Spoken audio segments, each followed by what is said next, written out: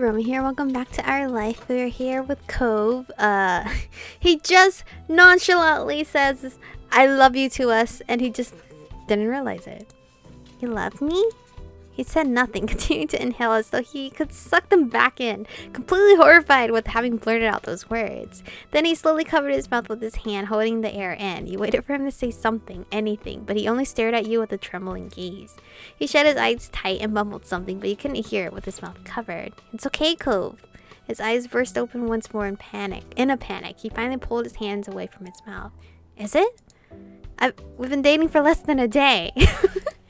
I mean, yeah, and we've already kissed like 4 times now, I guess. We're sleeping in the same bed. Do you not realize that, Cove? Those feelings were held deeply in him, and to have let them through...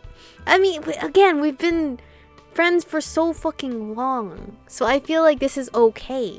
Like, it's not like we've only, like, known each other for a year, and we've just now started dating, and, you know, what the... Alright, and to have let them get through when he hadn't meant to was immensely distressing. You knew Cove and were positive he was worried that it was going to ruin things between the two of you, but he didn't need to be. Yes, it is. You gave him a soft smile and nodded at him in encouragement. He looked at you profoundly before speaking in a small voice. I'm in love with you, that's not too much? No! Not at all. You locked eyes with him, feeling as though you could almost burst with happiness. In your heart, you knew exactly what you wanted to say. But you struggled to get the words out. I love you too. I love you. Do you really need to ask? Yes, I love you. Let's say it with super energy. I love you. You smiled at him, feeling the truth of those words surge through you. A relieved sob escaped Cove, who tucked his head down and clutched the front of your shirt. You held him close to you as he spoke between gasping breaths. Thank God. Thank you. Oh, I could say it again. I love you, Cove. I'm so happy you said something. I had a feeling it would go like this. You don't have to thank me for anything. No, I love you, Cove. You're the only one for me. You cried with him. You wiped the tears, squeezed his hand, you smiled at him. You snuggled against him. Snuggle. Burying your face in his hair, you chuckled softly and inhaled his familiar, comforting scent. Cove's eyes widened on you, brimming with fresh tears as his expression turned serious. I felt like I'd never be able to make myself say it. He laughed and the tears following stronger as he shook from it. I can't believe I did it by accident. He covered his eyes with one hand. If you hadn't felt the same way, I don't know. I can't bring myself to imagine it. I don't have to because you do. You do love me. Why would I date you, accept you as my boyfriend, and not love you? He whispered the words to himself softly, as if he hardly dared to believe them at all. Then he closed his eyes, his hands still shaking as they moved to take yours. So sorry. I really am always like this. You held him tight, gave him a moment to himself. You leaned in to kiss him. Just kiss him. As your lips met, he kissed you desperately. Yeah, so all he wanted was to hold on to the moment, to you. When he kissed you deeper, your hand slipped behind his neck, feeling the tiny goosebumps spreading across his skin. Where did you go? Oh my god, stop. So cute. You couldn't help thinking about how happy you were to be with him, how you were certain you wanted to spend your life with him, how you were certain you wanted to spend your life with him, and you told him as much. Oh, let's do that. I hope we get to spend our whole lives together. Cove's expression crumbled again. He wasn't able to tamp down the newest wave of emotion. His eyes watered once more, and he took a few heavy breaths. I hope so too. We could be together always, have a place of our own. And a kid and kids, also pets. Also a pet with just the 2 of us. I don't mind if we have 2 pets. Yeah. I don't care too much for kids. I don't know if I've stated that on this channel, but I plan to just be the cool aunt. I don't want any kids in my life, sorry. Retail is birth control enough. You think so? You laughed brightly. Of course. Pets too. You think I'd leave Sunshine with Dad? You felt warm being able to talk about this openly. You'd like to imagine the life you could have together. And now you could do it with him. He rubbed at his scarred arm bashfully. You know, I thought having to grow up for real was going to be so hard. I didn't know if I could. If I even could. But you... Well, maybe it won't be that impossible. I better make sure it's not, huh? I'm looking forward to it. Curling himself up, he nestled in close to you, letting you wrap your arms around him and hold him tight. You were still smiling as you snuggled into him, getting as close as you could. Cocooned in his warmth, you easily grew comfortable next to him, feeling him ease into you as well. Before long, your eyes were growing heavy and you drifted off in a restful sleep side by side. The next morning, you woke slowly from a comfortable dream. With a small stretch, you opened your eyes fully to the sun shining in through the window. Shuffling onto your side, you noticed Cove still beside you in bed, sleeping soundly. His arms continued to be draped around you loosely as he snoozed. You must have fallen asleep that way. You smiled, remembering the prior night. It had been nice to spend the night together, getting to be with him in a whole different way. You could definitely get used to it. You quietly watched him sleep. You stroked his cheek gently, ran a hand through his hair. You kissed his forehead kisses! Oh, my favorite! Aww. Being careful not to wake him, you bent over and pressed your lips against his skin. He stirred a little in response, a small, sleepy smile appearing in his face. He's so cute. Then a loud noise suddenly startled you and snapped towards the source of the sound.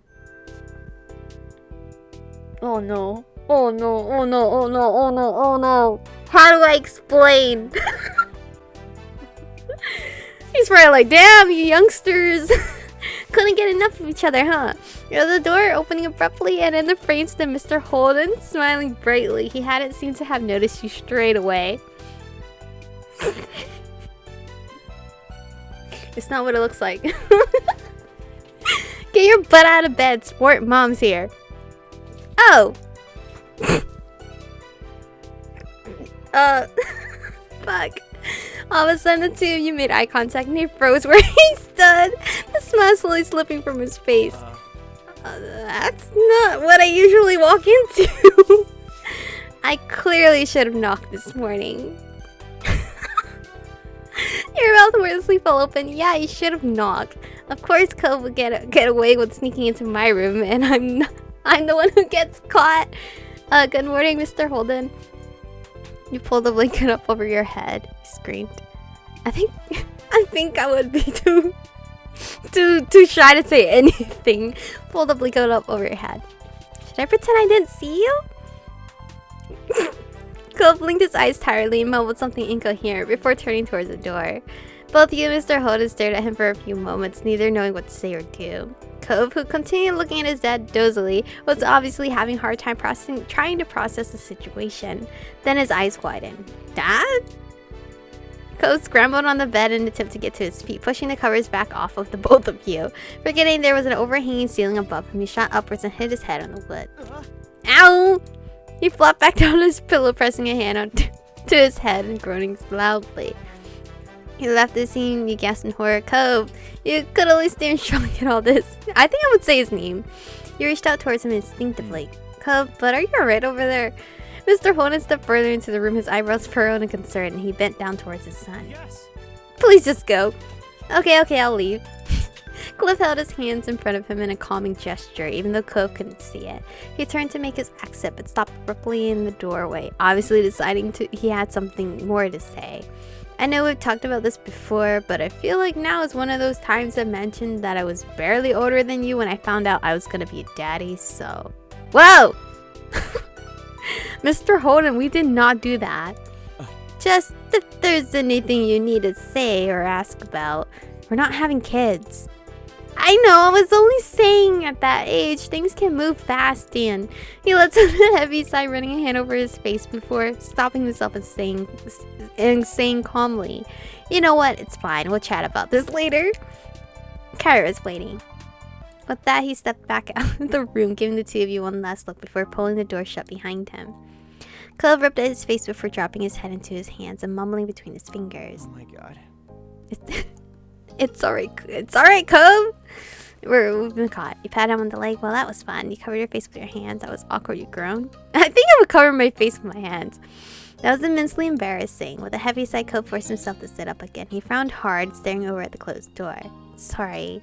I guess we can't just hide in here now. He gave you a sidelong glance, and despite his displeasure at the situation, a small smile quirked his lips. It's nice. It's too bad it had been really nice. I wish we could stay in here all day. You found yourself smiling along with him. Though when you thought of having to go out there and face both Cove's dad and his mom, you weren't thrilled. The two of you took a few minutes to get up properly and get yourself as ready as possible before heading out to see Kyra. Kyra was waiting patiently in the living room. She was in high spirits with her eyes set on the hallway, her amused smile only widened when you and Cove froze. It didn't take long for the realization to sink in that the scene must have been loud enough for her to hear even from here. Cove tries to look unimpressed, eyes narrowing over Kyra's smug delight, though his face was already turning red and his mom hadn't even said anything yet. He squared his shoulders, lifted his head, and strode forward. Hey. Hi, Mom. Hi, baby, and hello to you too, Michiko. Her tone cracked in her gradient, and then she just gave in and laughed, unable to keep any of it in. Cove frowned at that, and his eyebrows furrowed. Sorry for the interruption. I didn't know you already had guests. His frown wobbled as he became even more embarrassed by this moment. He couldn't muster up any words to defend himself. Well, it's not like anyone's surprised by this. I'm sorry. Hi. You know what? I'm not saying anything. You were at an utter loss for words, and the blood rushing to your face wasn't helping. Unsure what was going to happen next, he avoided making eye contact with Kyra. Cove was still unable to say anything other than his teeth biting into the inside of his cheek. He stood there frozen. Kyra studied both for a moment. It's okay, my not-so-little mister is spreading his wings. I can't complain about that. It's funny because his shirt is like wings right there. She lightly tapped the tip of his nose that got a tiny smile out of Cove. Despite being much taller than Kyra at this point, he still seemed like a little kid in front of her. You released the air you were holding in your lungs, and then Kyra's gaze locked onto you. You know, we were just about to go over to see Pam and Noelle. Are you two coming?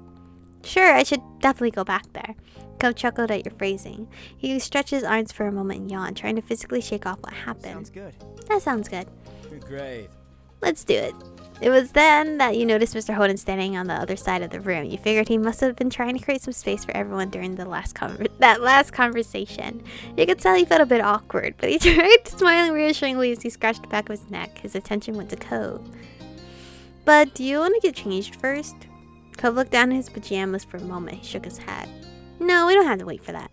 Are you sure? It's only a trip across the street. Don't worry about it. Besides, Michiko is going in pajamas too. Fair point. But then I'll be coming out with regular clothes, Cove. It's so cute though. He's very considerate. Cove then leaned in closer to you. He grumbled quietly. And your moms are gonna figure out what happened anyway, so. Yeah. Come on. Away we go. With that decided, the four of you headed out across the street to your house. It felt strange waiting there while Mr. Holden knocked on the door. Hello. Hi there. Mom answered the door, and her expression brightened even more seeing Kyra there. She moved to pull Kyra into a hug when her gaze fell on you. Michiko? Hi, Mom. Huh? When did you get out there? Why are you still in your pajamas? They don't realize that I was in my room the entire time.